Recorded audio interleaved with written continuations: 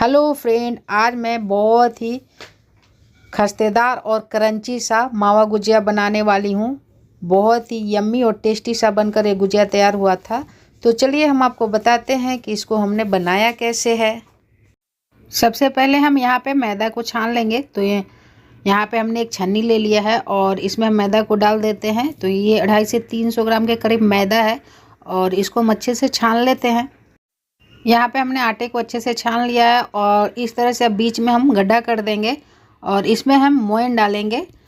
तो यहाँ पे हमने घी लिया है और घी को इसमें डाल देंगे। तो घी थोड़ा सा ज़्यादा डलेगा मोयन के लिए। मैं बताती हूँ कि कितना इसमें डलेगा घी। तो यहाँ पे करीब मैंने 6 से 7 चम्मच के करीब इसमें घी डाला था और आप देख सकते हैं घी पिघला हुआ नहीं है। मतलब इसको हमने गैस पे रख के पिघलाया नहीं है, बाहर रख दिया था फ्रिज से, तो ये ऐसे ही पिघल गया था। तो वही डालकर मैं इसको अच्छे से मसल कर मोयन को मैदे के साथ मिलाऊंगी अच्छे से, क्योंकि जितने अच्छे से आप इसको मसल कर मिलाओगे उतना अच्छा खस्ता और क्रंची बनकर तैयार होगा। तो यहाँ पर मैं दोनों हाथ से इसे रगड़ रगड़ कर अच्छे से मोयन के साथ मैदे को मिक्स कर दूँगी। यहाँ पे काफ़ी अच्छे से मोयन मिक्स हो गई है और मोयन मिक्स हो जाए उसकी पहचान है कि आप इस तरह से आटे को हाथ में लेकर मुट्ठी बांधोगे तो काफ़ी अच्छे से बंध जाती है। तो अभी ये मिक्स हो गई है। तो अब हम इसको आटा तैयार कर लेते हैं। तो इसमें हम थोड़ा थोड़ा पानी डालकर, एक ही बार पानी नहीं डालना है, थोड़ा थोड़ा पानी डालकर इसका डो लगाएंगे। इसको हमें मसल कर नहीं गूँथना है, ऐसे थोड़े थोड़े से पानी डालकर इसको अच्छे से हमें एक जगह मैदे को कर लेना है। तो मैं थोड़ा थोड़ा पानी डालकर इसको अच्छे से एक जगह पहले मैदे को कर लेती हूँ। यहाँ पे आप देख सकते हो हमने सारे मैदे को एक जगह कर लिया है, पानी थोड़ा थोड़ा डालकर इसको, और एक हार्ड डो बनाकर तैयार किया है। इसको मसल कर मैंने नहीं गूँथा है और इसी तरह से हमें गूँथना है, इस तरह से हल्का हल्का मिलाकर। और अभी आप देखो ये बहुत अच्छे से तैयार हो गया है। तो हम क्या करेंगे, किसी एयर टाइट कंटेनर में इसको डालकर सेट होने के लिए रख देते हैं आधे घंटे के लिए। आप चाहे तो जिप लॉक जो बैग आती है उसमें भी डालकर इसको रख सकते हैं। फ्रिज में नहीं रखना है, बाहर ही रखना है। तो मैं यहाँ एयर टाइट कंटेनर में डालकर इसको आधे घंटे के रेस्ट दे देती हूँ। तब तक हम इसका फिलिंग बनाकर तैयार कर लेते हैं।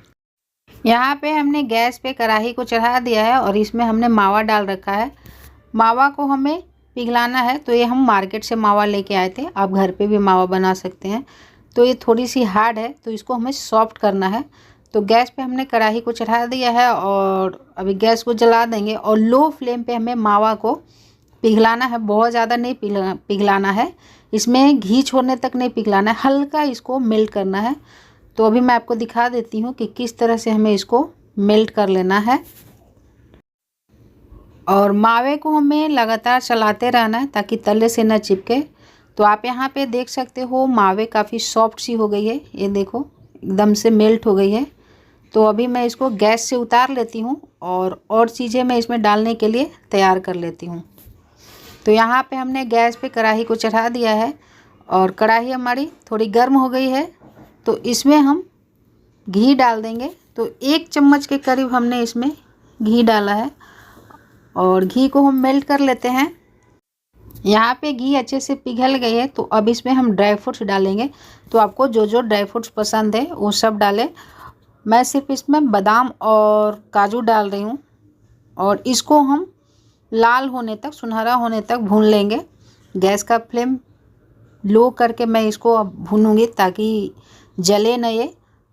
तो इसको सुनहरा होने तक मैं भून लेती हूँ। यहाँ पे आप देख सकते हो ड्राई फ्रूट्स अच्छे से भुन गई है, आप देखो एकदम गोल्डन सी हो गई है।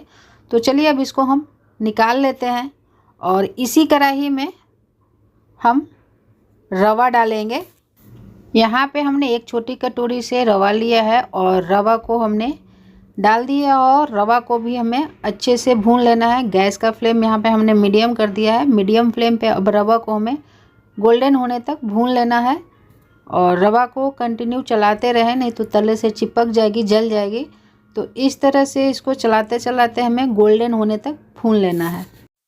यहाँ पे रवा काफ़ी अच्छे से भुन गई है। तो इसको अब हम निकाल लेते हैं और इसी कढ़ाई में अब हम नारियल का बुरादा डालेंगे। तो ये 100 ग्राम के करीब नारियल का बुरादा है और गैस का फ्लेम हमने लो कर दिया है और लो फ्लेम पे अब नारियल के बुरादा को भूनना है। ये मार्केट में काफ़ी आसानी से मिल जाती है।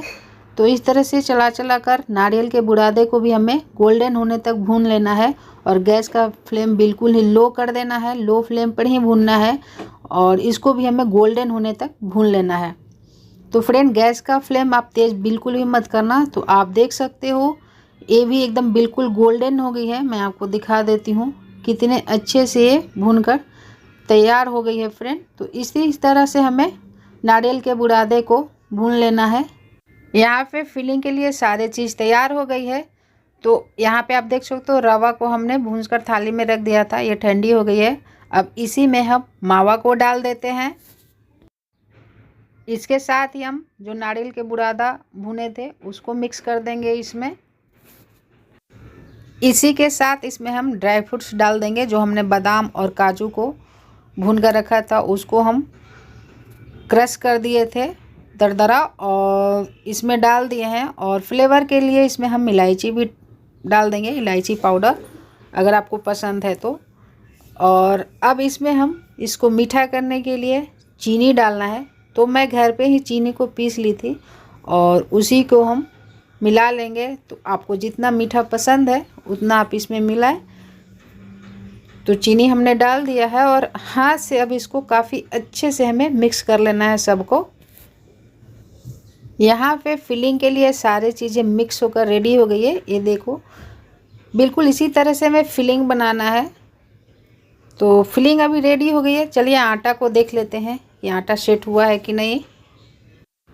तो अभी चलिए हम आटे को भी देख लेते हैं कि आटा सेट हुआ है कि नहीं। तो ये देखो काफ़ी अच्छे से आटा सेट हो गया है और हमने बिल्कुल ही हार्ड ये डो बनाया था और आप देखो ये सॉफ्ट हो गई है। तो थोड़े से हम इसको मसल लेते हैं।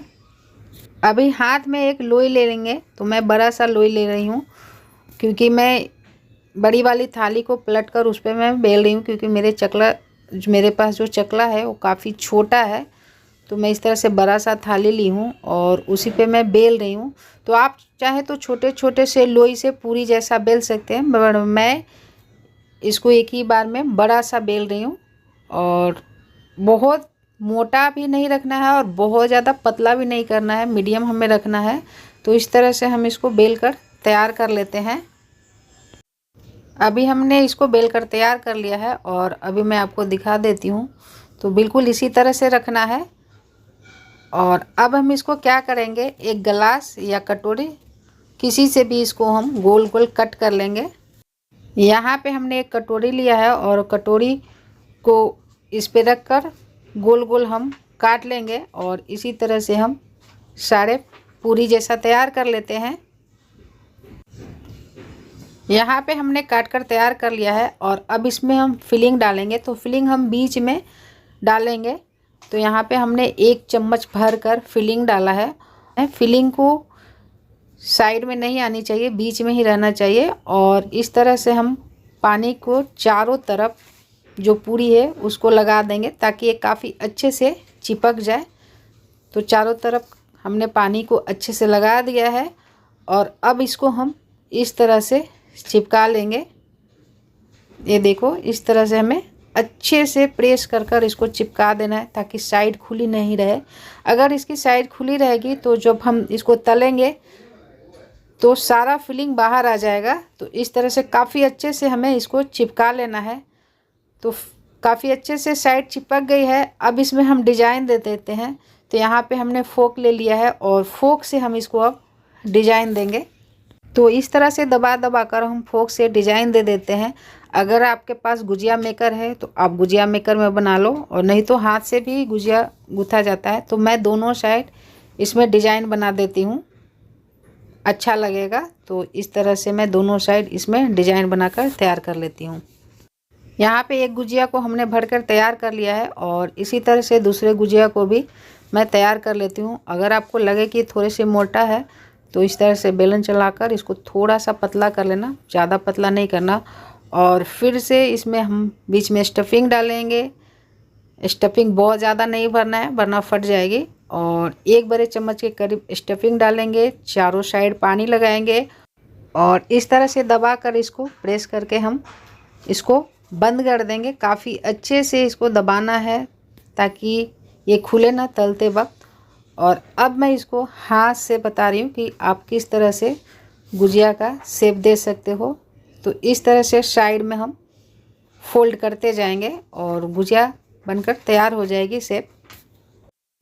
तो यहाँ पे ये भी गुजिया बनकर तैयार हो गई है और इसी तरह से मैं सारे गुजिया को स्टफ़ कर कर तैयार कर लेती हूँ, फिर मिलती हूँ। तो यहाँ पे हमने गुजिया सारे भरकर तैयार कर लिए हैं। तो चलिए अब हम इसको तल लेते हैं। यहाँ पे गैस पे हमने कढ़ाई को चढ़ा दिया है और अब इसमें हम तेल डालेंगे। तो यहाँ पे मैं मूंगफली तेल डाल रही हूँ और तेल को हमें बहुत ज़्यादा गर्म नहीं करना है, हल्का गर्म करना है। गुजिया को हमें बिल्कुल ही लो फ्लेम पे तलना है। तो तेल को हम बहुत ही हल्का गर्म करेंगे और उसमें हम गुजिया को डालेंगे। यहाँ पे तेल हल्का गर्म हो गया है, आप देखो बिल्कुल इसी तरह से तेल हमें गर्म करना है और एक एक कर कर गुजिया को हम डाल देते हैं। तो एक बार में आपकी कढ़ाई जितनी बड़ी है उस हिसाब से आप गुजिया को डालो। तो मैं यहाँ पे 5 एक साथ डाल रही हूँ और अभी हम इसको लो फ्लेम पे ही गुजिया को तलने देते हैं। गुजिया अभी थोड़ी सी तल गई है तो इस तरह से इसको हम चला लेते हैं और धीरे धीरे इसको हमें चलाना है और अभी हम इसको तलने देते हैं। तो आप देख सकते हो तेल थोड़ी सी और ज़्यादा गर्म हो गई है।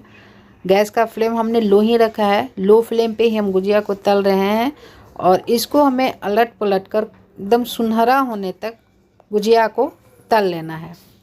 फ्रेंड, गुजिया तलने में समय लगती है क्योंकि हमें लो फ्लेम पे गुजिया को तलना रहता है। तो पेशेंस रखना पड़ेगा गुजिया तलने में। तो इस तरह से हमें पलट पलट कर इसको अब हम सुनहरा होने तक तल लेते हैं। यहाँ पे गुजिया बिल्कुल ही गोल्डन हो गई है, ये देखो कितनी अच्छी लग रही है, एकदम सुनहरी सी हो गई है। तो अब हम इसको निकाल लेते हैं। ये देखो बहुत ही गोल्डन सी हो गई है। तो इसी तरह से हमें गुजिया को तल के तैयार करना है। तो चलिए इसको निकाल लेते हैं। इसी तरह से हम फ्रेंड सारे गुजिया को तल कर निकाल लेते हैं, फिर आपसे मिलते हैं। फ्रेंड, यहाँ पे एकदम करारी क्रिस्पी से गुजिया बनकर तैयार हो गई है। सच में खाने में बहुत ही टेस्टी यम्मी लग रहा था। तो इस होली आप इस तरह से गुजिया बनाकर तैयार कर सकती हैं। अगर आपको ये गुजिया का रेसिपी पसंद आया हो तो लाइक शेयर एंड सब्सक्राइब कर देना। फिर मिलते हैं एक नए वीडियो के साथ, तब तक के लिए बाय बाय, थैंक यू।